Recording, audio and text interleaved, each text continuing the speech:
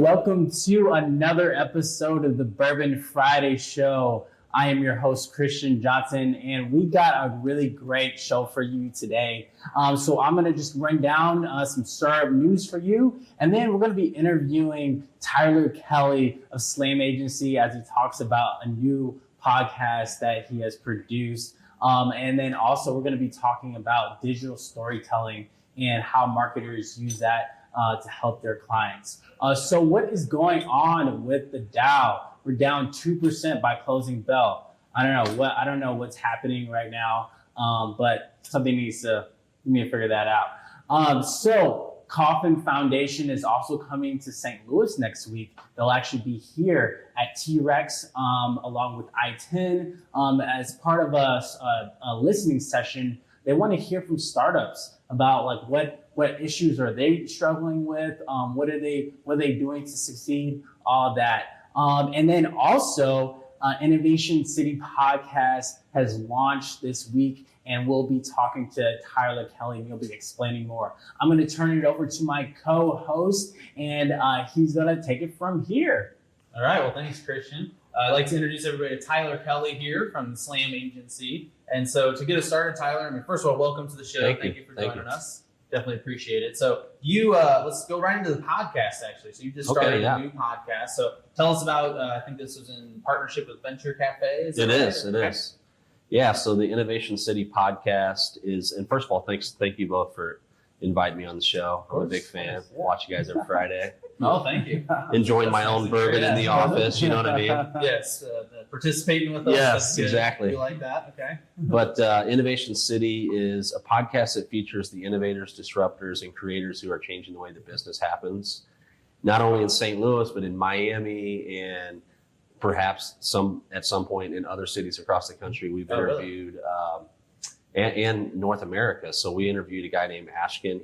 He has the 10th most watched, most viewed YouTube channel of all time with 20 billion with a B. 20 billion? 20 billion views. Wow. What is he? Okay, what does this guy do? So his channel is called Watch Mojo. Okay. And so he's, for the last 10 years, has been creating like top 10 lists. And I mean, he's got over 100 employees. I mean, it's a machine. It's a content machine. Okay. Yeah. So, but we interviewed him. He's from Montreal. We interviewed Rodney Bullard, who's the VP of Chick-fil-A out of Atlanta. And we interviewed a guy named Brian Burkeen, it's currently one of the shows that are out. He worked under Steve Jobs for 10 years during the iPhone, iPad era. Really? Okay. And now his company, Kairos, is, I think, probably one of the most advanced AI companies out there. He works in facial recognition. Okay. And his goal is to be the first African-American to bootstrap, start from zero, and IPO. And he's pretty close. The Wall Street Journal named his business as the 13th most promising startup in America. Holy cow. So he didn't take on any funding in that Nothing. Wow, okay. Nothing at all. So these sound like pretty exciting conversations. They are. Your podcast just launched this week, right? Yeah, so this is launch week for Innovation City. We launched on Tuesday. And we launched with 3 episodes. For those of you who are familiar with the podcast world, episode 000 was the official first episode, which we filmed at Slam with Travis Sheridan. And it kind of just tells you like about the show, what the purpose is and our vision. And then we launched with 2 other episodes. And then every day since then, we've been doing 1 episode a day. And then next week, starting on Tuesday, we fall into rotation, which is Tuesdays and Thursdays. We'll release an episode twice a week. Twice a week. Okay. Yeah. And are these people coming on premise? Or are you doing this remotely? Tell me a little bit So about that. right now, the interviews take place at Venture Café St. Louis on Thursday nights and at Venture Café Miami on Thursday nights. So we interview once a month in each location. We're actually really fortunate. This month, we are interviewing. We're partnering with the University of Miami. And they are building us a booth at the Emerge Americas Conference, which is happening in South Beach, of course, right? There you go. Okay. But it's the largest Latin American, European, American tech conference. It's similar to something like you might see in Vegas with 30 to 40,000 people. So they're building us a glass booth, essentially, right on the middle of the exhibition floor. 4 walls with 25 sets of earphones all around it where people can listen into the podcast as we record live. Wow. Yeah. So you're gonna be like the centerpiece of the show floor. I hope so. That'll be fun. Hopefully we get 10,000 subscribers that week. Yeah, well, be so nice. Get a shot at it. Yeah, and Pitbull is one of the keynotes. So I'm hoping to get him on the show. Dude, that'd be awesome. So keep your I know fingers our crossed. producer Vanessa would love that. She's a Yeah? big fan of Pitbull. Yeah, not from Miami or anything. Just loves. Okay, I'm a big fan too. Yeah, I think a lot Globalization's of my people are. station. That guy makes a lot of money, Yeah. that's for sure. So, Yeah. Okay, cool. So that's the podcast. I want to make sure we talk a little bit about your agency, Slam, as well. Totally. So, Slam, tell me, how you got it started. I mean, what is your specialty? Just give us a little bit of Yeah. background. So Slam is the result of a couple companies coming together a little over 5 years ago. Okay. So my company at the time, I was a digital consultant. I was at that point out of my home. I started in my home though about 8 years ago. And but at that point, I had an office in Maplewood. I was able to hire my wife and my brother, and so it was just three of us, and we were doing digital consulting. Really, we specialized in conversion rate optimization. Oh, okay.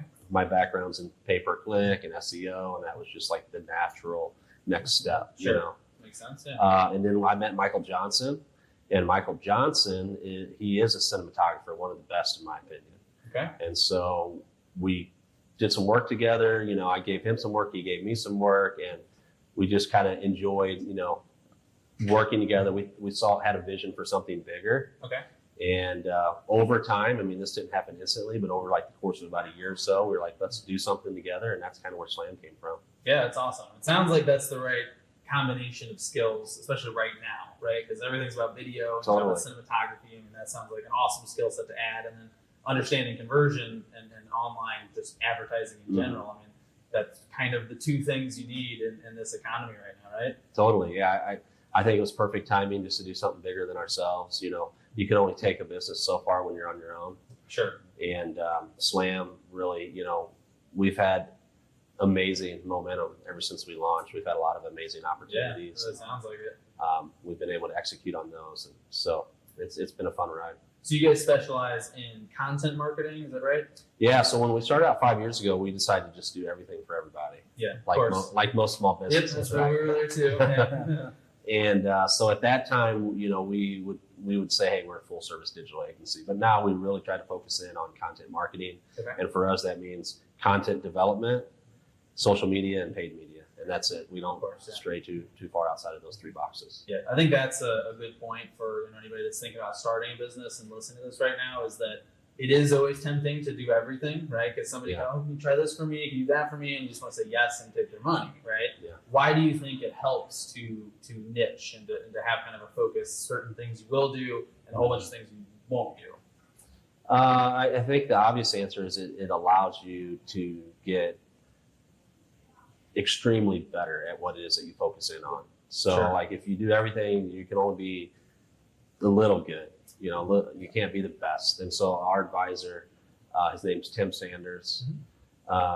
He wrote the book Love is a Killer App. He worked under Mark Cuban at broadcast.com. He was on the C-level of Yahoo. He said, Tyler, like if you want to be the best in the world, you have to do what you're best at. Sure. And so that's what we started doing. Awesome. So give me an example, like what's a project you guys have worked on lately? So Innovation City is a perfect example. Sure. The story, it's pretty cool. We were sitting at Tate's with Travis Sheridan one night, just having drinks, having some apps, and talking about like all the things that we could be doing. And he was like, I've always wanted to do a podcast. And I thought for a moment, I was like, we could do a podcast with you. That'd be pretty cool. Like the right setup. Yeah. The right skill set. And next thing you know, like I think this is like 2.5 months later, and I think we have like 25 episodes in the bank and holy cow, so those national brand. Yeah. Fast turnaround. Yeah, and that's kind of what Slam does. Like people come to us with ideas, they don't exactly know how to execute on them. Of course, yeah. And if it excites us, then we're all in, and so we figure out a way to do it. So, podcast, is this your first one, or have you guys? Yeah, this is the first podcast we've ever done. Yeah. Okay. What are our background's in production, so Okay, so it wasn't too much of a stretch. Gotcha. and then promotions. So I mean, that's a huge aspect of any, as you guys know, any show. Of course, yeah. It's all about the promotion. So like, on the surface level, we've got the T-shirts and the stickers. I'll make sure you guys get a sticker for the laptops. Yeah. But really, it's just like building that hype, building that momentum, and subscribes. Okay. Well, there you go. A chance to win a trip to Miami. Let me clarify. Sure, of course. Someone. One person will win that trip. That's a trip, right? But I think like one of the things I think I'm really good at is hype. Like Christian knows me pretty well. It's like I'm a natural promoter. Okay. And when you're able to carry that over into business, it's just like one of those things that you're good at. You don't really realize it, but you just do it all the time. And then the next thing you know, like people are saying, "Dude, you're really good at promotion." I was like, "Okay, cool." So we got a review on iTunes. And let me preface this by saying that Miami is the city of hype. Sure. Okay. Yeah. So we got a review on iTunes. It was from a person whose handle was Miami Biz Daily. It's 5-star rating, and the review said, "I have heard about this everywhere."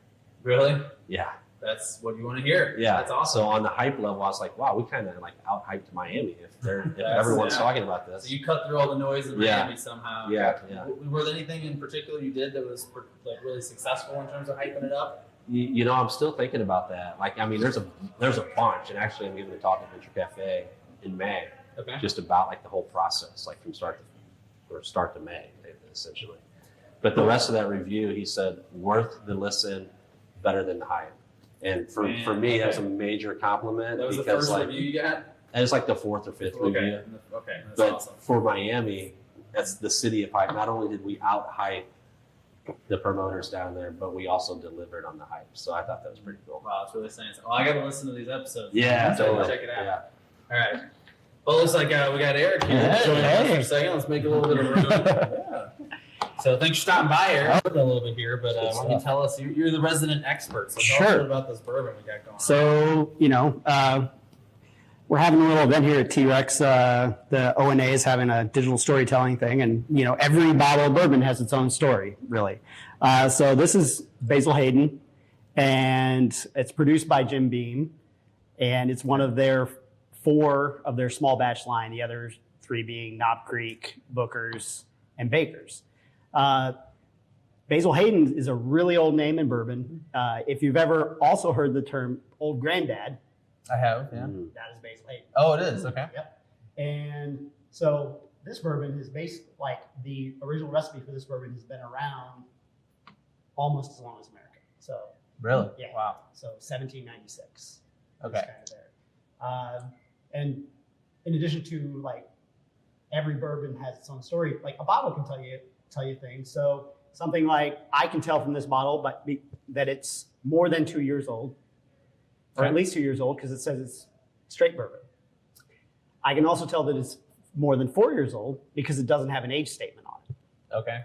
Yeah. Interesting. Yeah. So why does that mean that? So if there's no age on it, it means right. So bourbon is a heavily regulated product in the United States. Sure.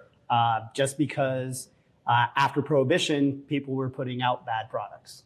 So the government needed to step in, and so it's very heavily regulated. Bourbon can only be made in America. So, cool. So yeah, and then other things on here I can tell it says it's spicy. That probably means that this is a high rye bourbon. Okay, so rye is what gives it the spice. Okay, cool, good to know. So one other question I have for you is we have kind of special glasses here. So I don't know if everybody's watching and can see those, but I have I don't know what you call that on the bottom. These are yours, right? I mean, what's the deal with the glasses? Sure. So these are Glencairn glasses, and they're just basically considered the correct glass to drink whiskey out of. Mm-hmm. Okay. Yeah, they're crystal. I believe these are made in Germany.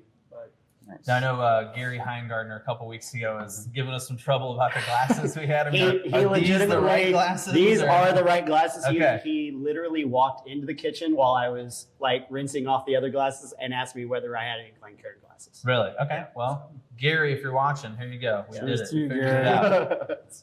Cool. Well, I know we've got a couple minutes left in the show. So, Christian, I know we had kind of a group discussion we wanted to have. Yeah. We want to talk about digital storytelling. Perfect. So, ONA, the digital storytelling workshop, they're here today. Slam Agency, that's what they do, EQ, and pretty much any business needs to be telling the story in some way, right? Sure. Yeah, and I think that this is one we were kind of joking about earlier that has always frustrated me because, you know, as an entrepreneur early on, before I started the marketing business, I had another business, and I was always like, what the heck does that mean? You know, like, tell your story, get online and tell your story. And I'm like, okay, what is that? You know, I can write out how I got started, and that's maybe a one blog post, but it's like, oh, you got to always be talking about it. So, you know, we got an expert here today, and I feel like I do know more about it now. You know? So if you're like, oh, I heard that guy do marketing, you should probably know what the heck he's talking about. But you know, from your perspective, Tyler, like, what do you kind of see as telling your story using these types of content that you guys produce? So, you know, I think storytelling is a medium that has the ability to connect with people, you know, person to person. So the first thing that I'd like to say is that all business is personal. People buy from people. They don't buy from corporations. They don't buy from brands. They buy from people. Yeah. And so the storytelling medium allows us to connect on that human level with people. And so the answer to what is the story for my business, it's different for every business. But the question to ask if you're trying to develop that story is, number one, what got you excited about the business? Okay. What difference were you trying to make in your community or in your world? Like, how does your product or service ultimately improve, you know, people's lives? Sure. Okay. And then speak on that level. That's that your story, the purpose of storytelling is to connect your story with another human being's story. And when that happens, magic happens. That's how you get to know each other and kind of develop that connection, right? Totally. Okay, cool. So I think, you know, from my perspective, one thing that kind of helped me understand this a little bit better was that it's not, you know, your story is ever evolving, right? I mean, it's everything that happens in your business. And one thing that helped me a lot was to understand that a lot of times telling your own story is about making your clients look really good, right? So making your client kind of the hero of the story, and ultimately that makes you look good because you helped them, right? So do you guys have any examples of like maybe how you've done that, like kind of highlighted a client and used that to tell your business? I mean, that's something I think you guys like constantly knock out of the park, right? Yeah. Like, what do you do at over Multipass? So I guess I would say is even like a lot of the spaces that we work with, that we get people into these great spaces, we tell like what's great about the space. So like T-Rex is one of our spaces that we work with. Sure. And so we tell what's happening here, the connections that are being made here. We're not telling about how great Multipass is, like, you know, nobody cares about that. We just want to relay like, okay, people are building these connections. These stories are getting out there.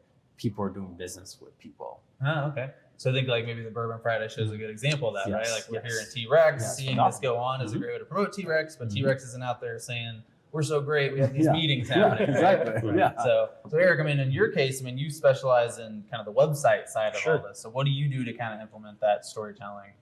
Sure. So I do a lot more of just the basic construction rather than like actually going out there and telling the story. But I mean, like, part of our story is, like, to begin with, was our primary goal is to make the web better. When I started, and to me that means like building things quickly, right? Sure. And building things to run really, really well and fast. And by making our sites do that for our clients, we can show that that is really what our story is about. Interesting.